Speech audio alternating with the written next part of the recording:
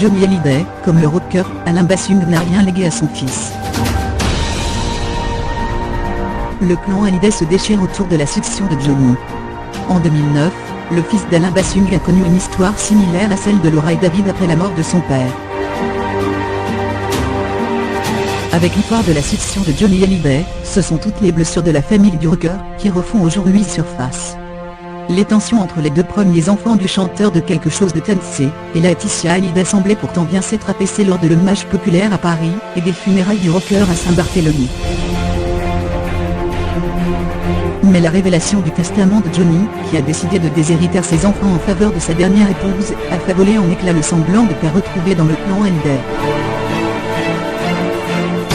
Entre une fortune colossale et de nombreuses dettes, l'action de la succession de Johnny Hallyday s'annonce très difficile.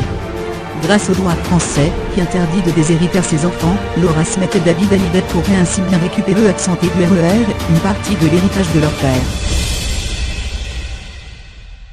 Rien n'est pourtant sûr puisque ce n'est pas la première fois qu'une star française décide de ne rien léguer à sa progéniture. Le JDD s'est intéressé à l'histoire similaire d'un autre chanteur, Alain Bashung, qui, comme l'idole des jeunes, a décidé de déshériter son fils en faveur de sa dernière compagne.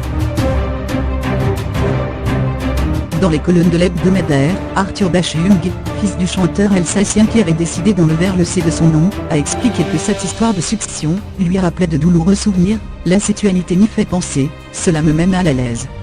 Je mets cela derrière moi, avec une certaine rancœur. Mais je ne suis pas prêt à en parler. Ma mère peut s'entretenir avec vous, avec mon accord.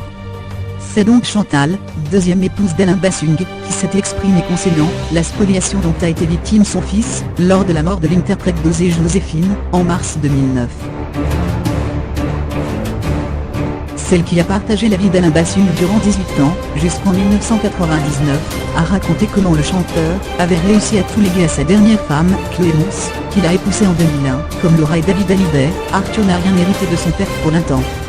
Bien que la loi française stipule qu'il est impossible de déshériter un enfant, il est possible de la contourner. Ça a été le cas.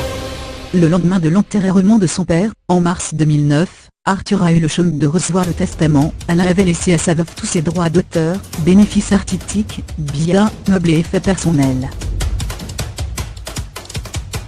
Une situation traumatisante pour Arthur Bashung, qui, aujourd'hui âgé de 34 ans, ne recevra une partie de l'héritage de son père, qu'à la mort de sa belle-mère, qui n'est pas beaucoup plus âgée que lui.